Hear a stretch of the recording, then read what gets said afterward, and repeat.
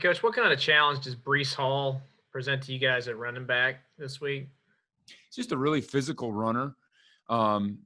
Doesn't necessarily hang his hat on anything running style wise. Doesn't make a lot of sense. But some guys are bounce runners. Some guys are slash runners that always look to cut it back. He's a guy that does a little bit of both.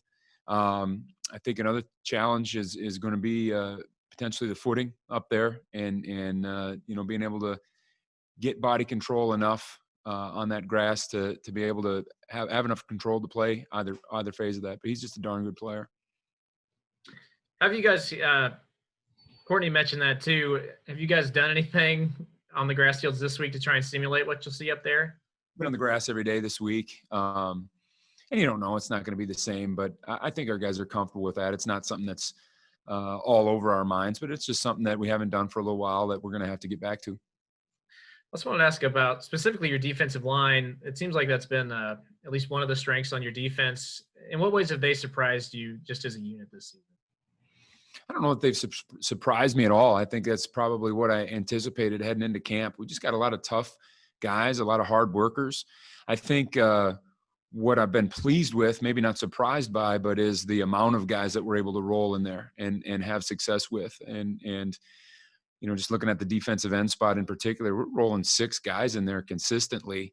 And you don't even know who's in there. I mean, those guys are on any D&D in any situation, those guys are all in there and able to handle their business. And so to have that kind of depth, I think is a great luxury.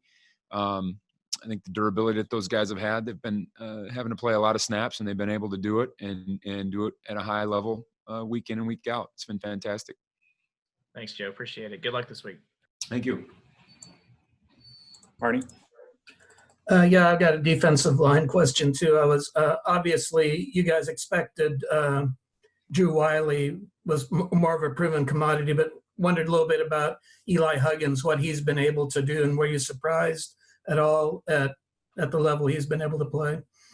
We knew in the spring that for us to be successful that we were going to have to get a lot out of Eli Huggins and a lot out of Jalen Pickle. Drew Wiley had played in games. He certainly wasn't playing at the level that he's played at this year. He was a good player last year, a solid player. I think right now he's playing at a level. I don't know that I would trade him for any other inside guy in the league. Eli Huggins didn't have a lot of snaps under his belt. Jalen Pickle didn't have snaps under his belt. And for those guys to take that role, and let's face it, we're a developmental program. We're going to run into that situation in in different positions each year. When you graduate guys, it's got to be the next guy up. We're not the type of place that's going to go out and just look for some guy that fell out of Clemson or somewhere. And that's going to be the process moving forward at all positions. And so I'm just impressed with how those guys go about their business every day, how much they've embraced their role and didn't shy away from it either. They knew they had to be the guy, and they stepped up and they were the guy.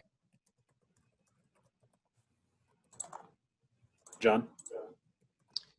Yeah, Joe, we've heard from Chris over the last couple of weeks about just how much COVID has affected you guys defensively right now. How much of an issue has that been for you?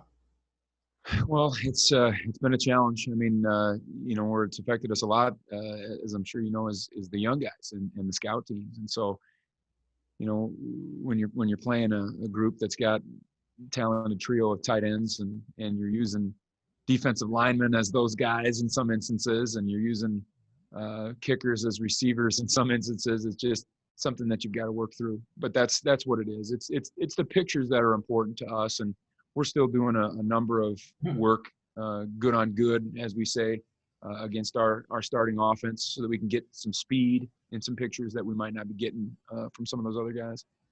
Does the situation to you, was it reminiscent at all of what you were facing going into the Oklahoma game with the personnel issues you had there? Yeah, and you just keep rolling. I mean, there's nothing you can sit and cry over it, but it is what it is, and I'm sure we're not the only team in the country that's facing that, and so we got to just keep plugging away. Appreciate it, Joe. Thanks. Derek?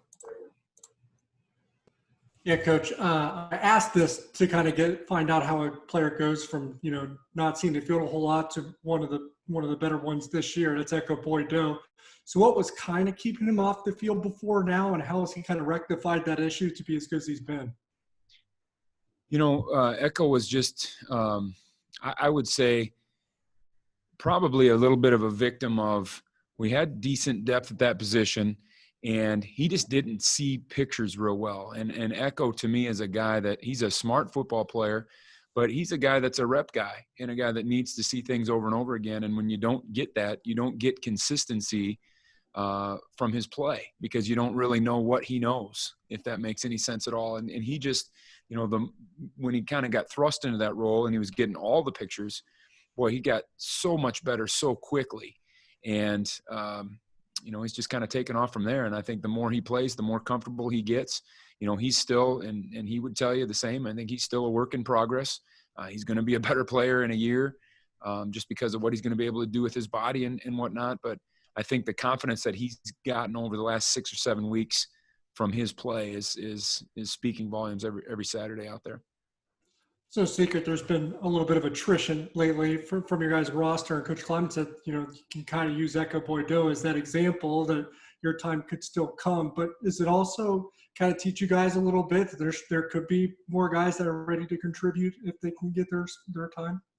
And that's what we've been trying to emphasize here for the last 5 or 6 weeks, is we've been trying to do a lot of younger guys against younger guys in our program. We've been taking time out so that we can get a look at everybody, and so that everybody is getting those chances. And it has. I don't know if there's guys that are necessarily we're finding that are ready right now, but we're finding guys that maybe we can count on in a year and can get put into that same situation that maybe an Eli Huggins was in heading into this year, or a Jalen Pickle, that, hey, next year you might have to play a significant role, and can we count on you to do that?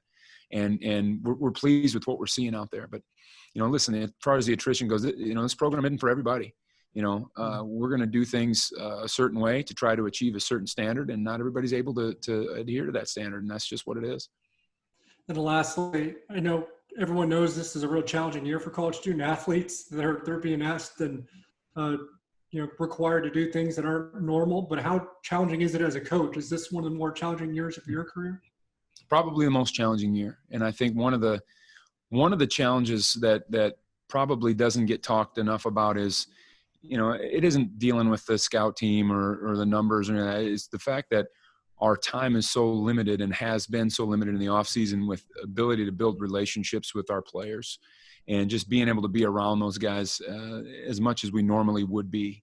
And the fact that, there's restrictions on numbers of people that are allowed in the building, or the fact that there's restrictions on numbers of people that are allowed in a meeting room. We haven't even had a team meeting where everybody's been in the same room this year. So that's been the most challenging part. And that's why a lot of us get into coaching, is to build those relationships. And, COVID's putting a damper on that a little bit. And I'm excited for the future. Hopefully we can get past that. Appreciate that, Coach. Thanks. Last one here, Ryan. Hey, Joe, how you doing today? Great. Hey, I got a few questions for you, actually, so I hope you'll be patient with me. Okay, my first one just is, and I know it seems almost like we ask you this every week about the quarterback you're facing, but with Brock Purdy specifically, what kind of matchup problems does he present? Again, something that doesn't get talked enough about him is how he's able to extend plays. He's obviously got good arm talent. He knows where to put the ball. He's got great command of what they're doing offensively. Very smart football player. That's evident on tape. The thing that really helps him out is how he's able to get out of the pocket, how elusive he is, and how dangerous he is when he gets loose. And that's something that really continues to scare me and keep me up at night for the last couple of weeks, is just the fact that he can make things happen when sometimes you've played the play really well. We might have the initial cover down fantastically played, but if he buys himself another couple of seconds and somebody gets loose down the sideline, that's how explosive plays happen. We just got to find a way to keep him in there. Is he similar to anybody else you guys have faced this year? Boy, a lot of great quarterbacks in the Big 12. I mean, I think that, a guy like Max Dugan comes to mind a little bit. A guy that he really reminds me of that we're pretty familiar with is Skylar Thompson, throughout spring practice, and just his mobility and some of the things that Skylar does that maybe he doesn't get enough credit for. I think Brock Purdy's kind of in that same boat. And then specifically, that they have a really great tight end room. How different is that to face kind of when you're so used to usually having to line up against receivers? The fact that they throw three tight ends out on the field pretty regularly. And the fact that they use them, they don't just use them as tight ends. They're going to split them out. They're going to put them in the backfield. They're going to do different things with them. And they're all talented in those spots. I mean, they can be out there and be as talented as most of the receivers in the league.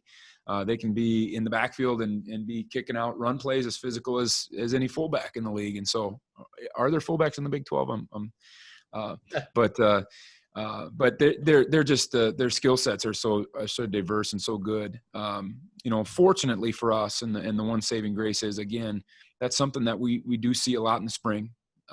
We do see a lot of that in fall camp, and we've dealt with that a little bit. So hopefully our stuff holds up. And I was going to ask, I mean, does it help you guys having a guy like Briley to go against in practice instead of some of the other tight ends that you've got? So at least it gives you more of like you like to say, pictures of what Iowa State might throw at you. Fantastic. Yeah, it's fantastic. Yeah, it's really difficult. And I don't know how some of these teams do it that don't see these types of things all the time, to just get that stuff in a week or in this case 2 weeks. It just doesn't happen like that. I mean, I think our guys have a little degree of comfort because we see a lot of those things frequently.